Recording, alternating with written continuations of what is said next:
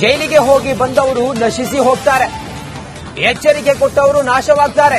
ದರ್ಶನ್ಗೆ ಉಮಾಪತಿ ಗೌಡ ಪರೋಕ್ಷವಾಗಿ ಟಾಂಗ್ ಕೊಟ್ಟಿದ್ದಾರೆ. ದರ್ಶನ್ ಹೆಸರು ಹೇಳದೆ ಪರೋಕ್ಷವಾಗಿ ಕೌಂಟರ್ ಕೊಟ್ಟಿದ್ದಾರೆ. ಸಿದ್ದಾಪುರದ ಹಲಗಡಿ ಕೊಪ್ಪದಲ್ಲಿ ವಾಗ್ದಾಳಿ ಮಾಡಿದ್ದಾರೆ.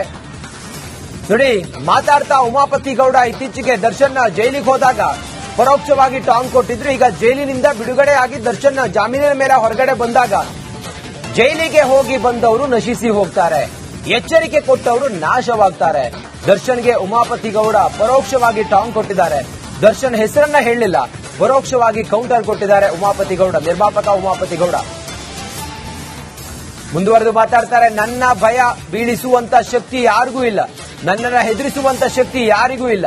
ಸರಿಯಾದ ದಾರಿಯಲ್ಲಿ ಸಂಪಾದನೆ ಮಾಡಿದ್ದೀನಿ, ಸಾಯೋವರೆಗೂ ಇನ್ನೊಬ್ಬರಿಗೆ ಮಾದರಿಯಾಗಿ ಇರ್ತೀನಿ. ಬದುಕಿನ ಪಾಠ ಮಾಡುತ್ತಾ ದರ್ಶನ್ಗೆ ಕೌಂಟರ್ ಕೊಟ್ರ ಉಮಾಪತಿ ಗೌಡ. ಶಿರ್ಸಿ ಸಿದ್ದಾಪುರದಲ್ಲಿ ಉಮಾಪತಿ ಗೌಡ ವಾಗ್ದಾಳಿ ಮಾಡಿದ್ದಾರೆ. ಬದುಕಿನಲ್ಲಿ 2 ಜನ ಇರ್ತಾರೆ ಅಂತ ಹೇಳಿ ಉಮಾಪತಿ ಗೌಡ ಹೇಳಿದ್ದಾರೆ. ನೋಡಿ, ಒಕ್ಕಲಿಗರ ಸಮುದಾಯ ಭವನ ಶಂಕುಸ್ಥಾಪನೆಗೆ ಅವರು ಆಗಮಿಸಿದ್ರು ಉಮಾಪತಿ ಗೌಡ. ಆಗ ಉಮಾಪತಿ ಗೌಡ ದರ್ಶನ್ ಕುರಿತಾಗಿ ಹೇಳಿದ್ದಾರೆ, ನಾನಿವತ್ತು ಈ ವೇದಿಕೆಯಲ್ಲಿ ನಿಂತಿದ್ದೀನಿ ಅಂದ್ರೆ ಅನೇಕ ಕಷ್ಟಗಳನ್ನು ಎದುರಿಸಿದ್ದೀನಿ ಅಂತೇಳಿ ಎಲ್ಲ ಹೇಳಿದ್ದಾರೆ. ನಾನಿವತ್ತು ಈ ವೇದಿಕೆ ಮೇಲೆ ನಿಂತಿದ್ದೀನಿ ಅಂತ ಆದ್ರೆ ಅನೇಕ ಕಷ್ಟಗಳನ್ನ, ಅನೇಕ ಗಂಟೆ ತಕರಾರುಗಳನ್ನ ಎದುರಿಸಿ ಈ ವೇದಿಕೆ ಮೇಲೆ ನಿಂತಿದ್ದೀನಿ. ನಂಗೆಲ್ಲರೂ ಕೇಳ್ತಾರೆ, ಏನಪ್ಪಾ ಮಾಡ್ತೀಯಾ, ದೊಡ್ಡ ದೊಡ್ಡವ್ರನ್ನ ಎದುರಾಕ್ತಿದ್ಯಾ ಅಂತ. ನಾನು ಎದುರಾಕೊಡಲ್ಲ, ನನ್ನವ್ರು ಎದುರಾಕೊಡ್ತಾರೆ. ಆಮೇಲೆ ದಿನದಿನಕ್ಕೂ ಒಂದು ತಲೆ ಹಿಡ್ಕೋಬೇಕಾಗ್ತದೆ. ನಾವು ಗಟ್ಟಿಗಿದ್ದೀವಿ, ನಾವು ಮಾಡೋ ಕೆಲಸ ಒಳ್ಳೇದಾದ್ರೆ ನಾವು ಯಾರಿಗೂ ಭಯ ಬೀಳಬೇಕಾಗಿಲ್ಲ. ಭಯ ಬೀಳಬೇಕಾದ್ರೆ ನಮಗೆ ಗುರು ಹಿರಿಯರಿಗೆ ನಾವು ಭಯ ಬೀಳಬೇಕು, ನಮ್ಮ ತಂದೆ ತಾಯಿಗಳು ಭಯ ಬೀಳಬೇಕು, ಬಂಧು ಮಿತ್ರರಿಗೆ ಭಯ ಬೀಳಬೇಕು, ಒಳ್ಳೆ ಕೆಲಸ ಮಾಡುವಂತವ್ರಿಗೆ ನಾವು ಭಯ ಬೀಳಬೇಕಾಗ್ತದೆ. ಯಾವುದೇ ಕಾರಣಕ್ಕೂ ನಾನು ಯಾವುದಕ್ಕೂ ಭಯ ಬೀಳಲ್ಲ. ನನ್ನ ಭಯ ಬೀಳಿಸುವಂತ ಶಕ್ತಿ ಯಾರಿಗೂ ಇಲ್ಲ. ಸರಿಯಾದ ದಾರಿಯಲ್ಲಿ ಸಂಪಾದನೆ ಮಾಡ್ತಾ ಇದ್ದೀನಿ. ಸಾಯೋವರೆಗೂ ಇನ್ನೊಬ್ಬರಿಗೆ ಮಾದರಿಯಾಗಿರ್ತೀನಿ ಹೊರತು ಇನ್ನೊಬ್ಬರಿಗೆ ಎಚ್ಚರಿಕೆ ಆಗುವ ರೀತಿ ನಾವು ಯಾವುದೇ ಕಾರಣಕ್ಕೂ ಬದುಕಲ್ಲ. 2 ರೀತಿ ಬದುಕಿದೆ. ಏನು, ಈ ವೇದಿಕೆನ ಕಟ್ಟಿರ್ತಕ್ಕಂಥವ್ರೆಲ್ಲ ಉದಾಹರಣೆಯಾಗಿ ಒಂದು ಮಾದರಿ ಆಗಿರೋಂಥವ್ರು. ಇನ್ನೊಂದಷ್ಟು ಜನ ಏನು ಅಂದ್ರೆ ಎಚ್ಚರಿಕೆ ಕೊಡುವಂಥವ್ರು. ಏನು, ಜೈಲಿಗೆ ಹೋಗುವಂಥವ್ರು ಅಥವಾ ಇನ್ನೊಬ್ಬರು ತೊಂದರೆ ಕೊಟ್ಟು ನಶಿಸಿ ಹೋಗುವಂಥವ್ರೆಲ್ಲ ಎಚ್ಚರಿಕೆ ಕೊಡುವಂಥವ್ರು. ನೀವು ಆಯ್ಕೆ ಮಾಡಬೇಕಾಗ್ತದೆ, ನಿಮ್ಮ ಮಕ್ಕಳನ್ನ ನೀವು ಯಾವ ರೀತಿ ಬೆಳೆಸಬೇಕು ಅಂತ. ಉದಾಹರಣೆಯಾಗಿ ಬೆಳೆಸಬೇಕಾ ಅಥವಾ ಎಚ್ಚರಿಕೆಯಾಗಿ ಬೆಳೆಸಬೇಕಾ ಅನ್ನೋದು ಇವತ್ತಿನ ಮಕ್ಕಳಿಗೆ ಕಲಿಸಬೇಕಾಗಿರೋದು. ಸಂಪಾದನೆ ಜೊತೆಲಿ, ಬದುಕು ಜೊತೆಲಿ, ವಿದ್ಯೆ ಜೊತೆಲಿ ಬದುಕು ಕಲೆ ಹೇಳ್ಕೊಡ್ಬೇಕಾಗ್ತದೆ. ನಾನು ಯಾವುದೋ ಮೊನ್ನೆ ನ್ಯೂಸ್ ಪೇಪರ್ ಓದ್ತಾ ಇದ್ದೆ, ಏನು 80% ಬಂದಿದ್ದಂತೆ, ಇನ್ನೊಂದು 2% ಕಡಿಮೆ ಬಂದಿದ್ದಕ್ಕೆ ಸೂಸೈಡ್ ಮಾಡ್ಕೊಬೇಕು. ನಮಗ್ ಬಂದಿರೋ ತೊಂದರೆಗಳನ್ನ ನಾವು ನೋಡ್ಬಿಟ್ರೆ, ನಾವು ಫೇಲ್ ಆದಾಗ ನಾವು ಯಾವಾಗಲೂ ಸೂಸೈಡ್ ಮಾಡ್ಕೋಬೇಕಾಗಿತ್ತು. ನಾವು ಯಾವುದೇ ಕಾರಣಕ್ಕೂ ಜೀವನಕ್ಕೆ ಭಯ ಪಡಲಿಲ್ಲ. ನಮ್ಮ ತಲೆಯಲ್ಲಿ ಇದ್ದಿದ್ದಷ್ಟೇ, ಒಂದಲ್ಲ ಒಂದು ದಿವಸ ನಮ್ಮ ಧರ್ಮ, ನಮ್ಮ ಸೇವೆ, ನಮ್ಮ ಒಳ್ಳೆತನಕ್ಕೆ ಭಗವಂತ ಕೂಲಿ ಕೊಟ್ಟೆ ಕೊಡ್ತಾನೆ ಅಂತೇಳಿ ನಾನೊಂದು ತಲೆಯಲ್ಲಿ ಹಿಡ್ಕೊಳ್ತೀನಿ. ಏನು, ಯಾವತ್ತೂ ಅಷ್ಟೇ ನಾನು ದೇವ್ರ ಕೂಲಿ ಕೆಲಸ ಮಾಡ್ತೀನಿ ಹೊರತು ಮನುಷ್ಯರ ಕೂಲಿ ಕೆಲಸ ಮಾಡಲ್ಲ. ಮನುಷ್ಯ ಒಬ್ಬ ಒಳ್ಳೇದು ಮಾಡಿದ್ರೆ ಇನ್ನೊಬ್ಬ ಮೋಸ ಮಾಡ್ತಾನೆ. ಬಟ್ ಭಗವಂತ ಯಾವತ್ತೂ ಮೋಸ ಮಾಡಲ್ಲ. ನಮ್ಮ ಗುರಿ ಯಾವತ್ತೂ ನಮಗೆ ಮೋಸ ಮಾಡಲ್ಲ. ಒಂದು ತಲೆಯಲ್ಲಿ ಹಿಡ್ಕೋಬೇಕಾಗ್ತದೆ, ಜೀವನ ಅನ್ನೋದು ಯಾರು ಅಪ್ಲಿಕೇಶನ್ ಹಾಕಿ ಹುಟ್ಟಿಲ್ಲ. ಕಷ್ಟಗಳು ಬರ್ತದೆ. ಮನೆ ಅಂದ ಮೇಲೆ ಕಸ ಇರ್ತದೆ, ಜೀವನ ಅಂದ್ಮೇಲೆ ಕಷ್ಟ ಇರ್ತದೆ. ಕಸ ಇದ್ರೆ ಗುಡಿಸಿ ಹೊರಗಡೆಗೆ ಹಾಕಬೇಕು. ನಾನಿವತ್ತು ಈ ವೇದಿಕೆ ಮೇಲೆ ನಿಂತಿದ್ದೀನಿ ಅಂತ ಆದ್ರೆ ಅನೇಕ ಕಷ್ಟಗಳನ್ನ, ಅನೇಕ ಗಂಟೆ ತಕರಾರುಗಳನ್ನ ಎದುರಿಸಿ ಈ ವೇದಿಕೆ ಮೇಲೆ ನಿಂತಿದ್ದೀನಿ. ನಂಗೆಲ್ಲರೂ ಕೇಳ್ತಾರೆ, ಏನಪ್ಪಾ ಮಾಡ್ತೀಯಾ, ದೊಡ್ಡ ದೊಡ್ಡವ್ರನ್ನ ಎದುರಾಕ್ತಿದ್ಯಾ ಅಂತ. ನಾನು ಎದುರಾಕೊಡಲ್ಲ, ನನ್ನವ್ರು ಎದುರಾಕೊಡ್ತಾರೆ. ಆಮೇಲೆ ದಿನದಿನಕ್ಕೂ ಒಂದು ತಲೆ ಹಿಡ್ಕೋಬೇಕಾಗ್ತದೆ. ನಾವು ಗಟ್ಟಿಗಿದ್ದೀವಿ, ನಾವು ಮಾಡೋ ಕೆಲಸ ಒಳ್ಳೇದಾದ್ರೆ ನಾವು ಯಾರಿಗೂ ಭಯ ಬೀಳಬೇಕಾಗಿಲ್ಲ. ಭಯ ಬೀಳಬೇಕಾದ್ರೆ ನಮಗೆ ಗುರು ಹಿರಿಯರಿಗೆ ನಾವು ಭಯ ಬೀಳಬೇಕು, ನಮ್ಮ ತಂದೆ ತಾಯಿಗಳು ಭಯ ಬೀಳಬೇಕು, ಬಂಧು ಮಿತ್ರರಿಗೆ ಭಯ ಬೀಳಬೇಕು, ಒಳ್ಳೆ ಕೆಲಸ ಮಾಡುವಂತವ್ರಿಗೆ ನಾವು ಭಯ ಬೀಳಬೇಕಾಗ್ತದೆ. ಯಾವುದೇ ಕಾರಣಕ್ಕೂ ನಾನು ಯಾವುದಕ್ಕೂ ಭಯ ಬೀಳಲ್ಲ. ನನ್ನ ಭಯ ಬೀಳಿಸುವಂತ ಶಕ್ತಿ ಯಾರಿಗೂ ಇಲ್ಲ. ಸರಿಯಾದ ದಾರಿಯಲ್ಲಿ ಸಂಪಾದನೆ ಮಾಡ್ತಾ ಇದ್ದೀನಿ. ಸಾಯೋವರೆಗೂ ಇನ್ನೊಬ್ಬರಿಗೆ ಮಾದರಿಯಾಗಿರ್ತೀನಿ ಹೊರತು ಇನ್ನೊಬ್ಬರಿಗೆ ಎಚ್ಚರಿಕೆ ಆಗುವ ರೀತಿ ನಾನು ಯಾವುದೇ ಕಾರಣಕ್ಕೂ ಬದುಕಲ್ಲ. 2 ರೀತಿ ಬದುಕಿದೆ. ಈ ವೇದಿಕೆನ ಕಟ್ಟಿರ್ತಕ್ಕಂಥವ್ರೆಲ್ಲ ಉದಾಹರಣೆಯಾಗಿ ಒಂದು ಮಾದರಿ ಆಗಿರೋಂಥವ್ರು. ಇನ್ನೊಂದಷ್ಟು ಜನ ಏನು ಅಂದ್ರೆ ಎಚ್ಚರಿಕೆ ಕೊಡುವಂಥವ್ರು. ಏನು, ಜೈಲಿಗೆ ಹೋಗುವಂಥವ್ರು ಅಥವಾ ಇನ್ನೊಬ್ಬರು ತೊಂದರೆ ಕೊಟ್ಟು ನಶಿಸಿ ಹೋಗುವಂಥವ್ರೆಲ್ಲ ಎಚ್ಚರಿಕೆ ಕೊಡುವಂಥವ್ರು. ನೀವು ಆಯ್ಕೆ ಮಾಡಬೇಕಾಗ್ತದೆ, ನಿಮ್ಮ ಮಕ್ಕಳನ್ನ ನೀವು ಯಾವ ರೀತಿ ಬೆಳೆಸಬೇಕು ಅಂತ. ಉದಾಹರಣೆಯಾಗಿ ಬೆಳೆಸಬೇಕಾ ಅಥವಾ ಎಚ್ಚರಿಕೆಯಾಗಿ ಬೆಳೆಸಬೇಕಾ ಅನ್ನೋದು ಇವತ್ತಿನ ಮಕ್ಕಳಿಗೆ ಕಲಿಸಬೇಕಾಗಿರೋದು. ಸಂಪಾದನೆ ಜೊತೆಲಿ, ಬದುಕು ಜೊತೆಲಿ, ವಿದ್ಯೆ ಜೊತೆಲಿ ಬದುಕು ಕಲೆ ಹೇಳ್ಕೊಡ್ಬೇಕಾಗ್ತದೆ. ನಾನು ಯಾವುದೋ ಮೊನ್ನೆ ನ್ಯೂಸ್ ಪೇಪರ್ ಓದ್ತಾ ಇದ್ದೆ, ಏನು 80% ಬಂದಿದ್ದಂತೆ, ಇನ್ನೊಂದು 2% ಕಡಿಮೆ ಬಂದಿದ್ದಕ್ಕೆ ಸೂಸೈಡ್ ಮಾಡ್ಕೊಬೇಕು.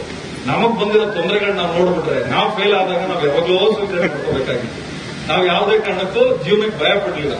ನಮ್ಮ ತಲೆಯಲ್ಲಿ ಇದ್ದಿದ್ದಷ್ಟೇ, ಒಂದಲ್ಲ ಒಂದು ದಿವಸ ನಮ್ಮ ಧರ್ಮ, ನಮ್ಮ ಸೇವೆ, ನಮ್ಮ ಒಳ್ಳೆತನಕ್ಕೆ ಭಗವಂತ ಕೂಲಿ ಕೊಟ್ಟೇ ಕೊಡ್ತಾನೆ ಅಂತೇಳಿ ನಾನೊಂದು ತಲೆಯಲ್ಲಿ ಹಿಡ್ಕೊಳ್ತೀನಿ. ಏನು ಯಾವತ್ತೂ ಅಷ್ಟೇ ನಾನು ದೇವ್ರ ಕೂಲಿ ಕೆಲಸ ಮಾಡ್ತೀನಿ ಹೊರತು ಮನುಷ್ಯರ ಕೂಲಿ ಕೆಲಸ ಮಾಡಲ್ಲ.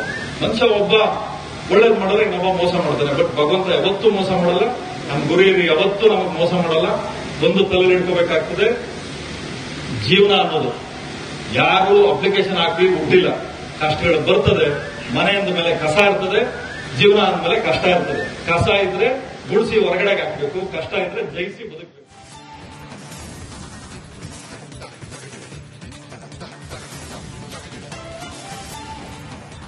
ನೋಡಿ, ಅವರು ಮುಂದುವರೆದು ಮಾತಾಡ್ತಾರೆ, ನನ್ನನ್ನ ಭಯ ಬೀಳಿಸುವಂತ ಶಕ್ತಿ ಯಾರಿಗೂ ಕೂಡ ಇಲ್ಲ. ಸರಿಯಾದ ದಾರಿಯಲ್ಲಿ ಸಂಪಾದನೆ ಮಾಡಿದ್ದೀನಿ ನಾನು. ಸಾಯೋವರೆಗೂ ಕೂಡ ಇನ್ನೊಬ್ಬರಿಗೆ ಮಾದರಿಯಾಗಿರ್ತೀನಿ ನಾನು. ಬದುಕಿನ ಪಾಠ ಮಾಡುತ್ತಾ ದರ್ಶನ್ಗೆ ಕೌಂಟರ್ ಕೊಟ್ರ ಉಮಾಪತಿ ಗೌಡ. ಶಿರಸಿ ಸಿದ್ದಾಪುರದಲ್ಲಿ ಉಮಾಪತಿ ಗೌಡ ವಾಗ್ದಾಳಿ ಮಾಡಿದ್ದಾರೆ. ಬದುಕಿನಲ್ಲಿ 2 ತರದ ಜನ ಇರ್ತಾರೆ. ಉಮಾಪತಿ ಗೌಡ ಹೇಳಿರೋದು, ಒಕ್ಕಲಿಗರ ಸಮುದಾಯದ ಭವನ ಶಂಕುಸ್ಥಾಪನೆ ಕಾರ್ಯಕ್ರಮದಲ್ಲಿ ವೇದಿಕೆ ಮೇಲೆ ಮಾತನಾಡ್ತಾ ಹಿಂಗ್ ಹೇಳಿದ್ದಾರೆ ಉಮಾಪತಿ ಗೌಡ. ನಾನಿವತ್ತು ಈ ವೇದಿಕೆಯಲ್ಲಿ ನಿಂತಿದ್ದೀನಿ ಅಂದ್ರೆ ಅದಕ್ಕೆ ಅನೇಕ ಕಷ್ಟಗಳನ್ನ ಎದುರಿಸಿ, ಅನೇಕ ತಂಟೆ ತಕರಾರುಗಳನ್ನ ಎದುರಿಸಿದ್ದೀನಿ. ಸುಮಾರು ಜನ ಕೇಳ್ತಾ ಇದ್ರು, ನೀನು ದೊಡ್ಡವರನ್ನ ಎದುರಾಕೊಂಡು ಏನಪ್ಪಾ ಮಾಡ್ತೀಯಾ ಅಂತ. ನನ್ನನ್ನ ಅವ್ರು ಎದುರಾಕತ್ತೀನಿ ಅಂತೇಳಿ ನಾನು ಹೇಳ್ತೀನಿ.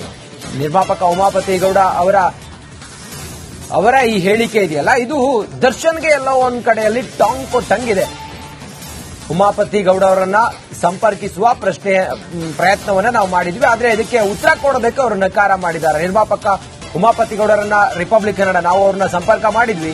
ರಿಪಬ್ಲಿಕ್ ಪ್ರಶ್ನೆಗೆ ಪ್ರತಿಕ್ರಿಯಿಸಲು ಉಮಾಪತಿ ಗೌಡ ನಕಾರ ಮಾಡಿದ್ದಾರೆ. ನಿರ್ಮಾಪಕ ಉಮಾಪತಿ ಗೌಡರನ್ನ ನಾವು ಹಿಂಗ್ ಹೇಳಿದ್ರಲ್ಲ, ಯಾಕೆ, ಯಾವ ಉದ್ದೇಶದಿಂದ, ಯಾರಿಗೆ ಹೇಳಿದ್ರಿ ಅನ್ನೋ ವಿಚಾರ ಸೂಕ್ಷ್ಮ ವಿಚಾರ. ಯಾಕಂತ ಹೇಳಿದ್ರೆ ಉಮಾಪತಿ ಗೌಡ ಮತ್ತೆ ದರ್ಶನ್ ನಡುವಿನ ಮುನಿಸು, ಅವರಿಬ್ಬರ ನಡುವಿನ ಮಾತು, ಅವರೊಂದು ಟಾಂಗ್ ಕೊಡೋದು, ಇವರದಕ್ಕೊಂದು ಟಾಂಗ್ ಕೊಡೋದು, ಇದೆಲ್ಲ ನಾವು ಸಹಜವಾಗಿ ನೋಡ್ತಾ ಇರ್ತೀವಿ.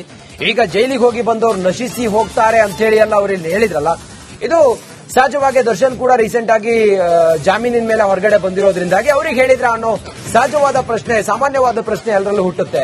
ಹೀಗಾಗಿ ನಾವು ಅವರನ್ನ ಸಂಪರ್ಕ ಮಾಡೋ ಪ್ರಯತ್ನ ಮಾಡಿದ್ವಿ. ಆದ್ರೆ ನಮ್ಮ ಸಂಪರ್ಕಕ್ಕೆ ಸಿಕ್ಕಿದ್ರು ಅದಕ್ಕೆ ಉತ್ತರ ಕೊಡೋದಕ್ಕೆ ನಕಾರ ಮಾಡಿದ್ದಾರೆ. ಹಾಗಾದ್ರೆ ಯಾವ ಸಂದರ್ಭದಲ್ಲಿ ಯಾಕೆ ಹೇಳಿದ್ರು, ಏನ್ ಹೇಳಿದ್ರು ಅನ್ನೋದ್ರ ಬಗ್ಗೆ ಇನ್ನಷ್ಟು ಮಾಹಿತಿಯೊಂದಿಗೆ ನಮ್ಮ ಉತ್ತರ ಕನ್ನಡದ ಪ್ರತಿನಿಧಿ ಶೇಷಗಿರಿ ಮುಂಡಳ್ಳಿ ಈಗ ದೂರವಾಣಿ ಸಂಪರ್ಕದಲ್ಲಿದ್ದಾರೆ. ಶೇಷಗಿರಿ, ಜೈಲಿಗೆ ಹೋಗಿ ಬಂದವರು ನಶಿಸಿ ಹೋಗ್ತಾರೆ, 2 ತರದ ಜನ ಇರ್ತಾರೆ, ನನಗೆ ಭಯ ಬೀಳಿಸುವಂತ ಜನ ಯಾರು ಇಲ್ಲ ಅಂತ ಹೇಳಿ ಎಲ್ಲ ಹೇಳಿರೋದು. ಯಾರನ್ನ ಉದ್ದೇಶಿಸಿ ಹೇಳಿದ್ರು ಉಮಾಪತಿ ಗೌಡ? ಯಾವ ಸಂದರ್ಭದಲ್ಲಿ ಹಂಗೆ ಹೇಳಿದ್ರು, ಯಾಕೆ ಹಂಗೆ ಹೇಳಿದ್ರು? ಶೇಷಗಿರಿ, ಹೌದು ರಂಜಿತ್, ಉತ್ತರ ಕನ್ನಡ ಜಿಲ್ಲೆಯ ಸಿದ್ದಾಪುರದ ಹಲಗಡಿ ಕೊಪ್ಪದಲ್ಲಿ ನಡೆಯುವಂತಹ ಕಾರ್ಯಕ್ರಮದಲ್ಲಿ ಮತ್ತೆ ಖ್ಯಾತ ನಿರ್ಮಾಪಕರಾಗಿರುವಂತಹ ಉಮಾಪತಿ ಗೌಡ ಅವರು ಹೇಳಿಕೆಯನ್ನು ನೀಡಿದ್ದಾರೆ. ಯಾಕಂತಂದ್ರೆ ಸಭಾ ಕಾರ್ಯಕ್ರಮದಲ್ಲಿ ಈ ಒಂದು ಹೇಳಿಕೆ ನೀಡಿರುವುದು ಚರ್ಚೆಗೆ ಕೂಡ ಗ್ರಾಸವಾಗಿರುವಂತದ್ದು. ಯಾಕಂತಂದ್ರೆ ಜೈಲಿಗೆ ಹೋಗಿ ಬಂದವರು ಇನ್ನೊಬ್ಬರಿಗೆ ತೊಂದರೆ ಕೊಟ್ಟವರು, ನಶಿಸಿ ಹೋಗೋರು, ಎಚ್ಚರಿಕೆ ಕೊಡುವಂತವ್ರು ಅಂತ ನಟ ದರ್ಶನ್ ಅವರಿಗೆ ಟಾಂಗ್ ಕೊಟ್ಟಿದಂತ ಅವರ ಹೇಳಿಕೆಯಿಂದ ಗೊತ್ತಾಗ್ತಾ ಇರುವಂತದ್ದು. ಯಾಕಂತಂದ್ರೆ ಈ ಹಿಂದೆ ಕೂಡ ನಟ ದರ್ಶನ್ ಮತ್ತು ನಿರ್ಮಾಪಕ ಉಮಾಪತಿ ಗೌಡ ಅವರ ನಡುವೆ ಕ್ಲಾಶಸ್ ಕೂಡ ನಡೀತಾ ಇರುವಂತದ್ದು. ಅದೇ ರೀತಿ ಕೂಡ ಮತ್ತೆ ಅವರ ಹೆಸರು ಹೇಳದೆ ಇವತ್ತು ಪರೋಕ್ಷವಾಗಿ ಅವರ ವಿರುದ್ಧ ಒಂದು ಹರಿಹಾಯ್ದಿರೋದು ಕಂಡು ಬರ್ತಾ ಇರುವಂತದ್ದು. ಯಾಕಂತಂದ್ರೆ ಇವತ್ತು ಕರೆ ಒಕ್ಕಲಿಗರ ಸಮುದಾಯದ ಭವನದ ಶಂಕುಸ್ಥಾಪನೆ ಸಂದರ್ಭದಲ್ಲಿ ಈ ಒಂದು ಹೇಳಿಕೆಯನ್ನ ಕೊಟ್ಟಿದ್ದಾನೆ. ಯಾಕಂತಂದ್ರೆ ನಾನು ಕೂಡ ಕಷ್ಟದಿಂದ ಮೇಲೆ ಬಂದಿದ್ದಾನೆ, ಅಂದ್ರೆ ನಾನು ಇವತ್ತು ಈ ವೇದಿಕೆಯಲ್ಲಿ ನಿಂತಿದ್ದೇನೆ ಅಂತ ಹೇಳಿದ್ರೆ ಅನೇಕ ಕಷ್ಟಗಳನ್ನು ಎದುರಿಸಿದ್ದೇನೆ, ತಕರಾರುಗಳನ್ನು ಎದುರಿಸಿದೆ ಎಂಬ ಮಾತುಗಳನ್ನ ಹೇಳಿದ್ದಾರೆ. ಹೀಗಾಗಿ ದರ್ಶನ್ ಅವರಿಗೆ ಈ ಒಂದು ಅವರ ಹೇಳಿಕೆ ತಾಂಗಿ ಕೊಟ್ಟಿರುವಂತೆ ಇದೆ ಅಂತ ಹೇಳ್ಬೋದು Ranjit. Okay Sheshagiri, thank you ತಮ್ಮೆಲ್ಲ ಮಾಹಿತಿಗಾಗಿ.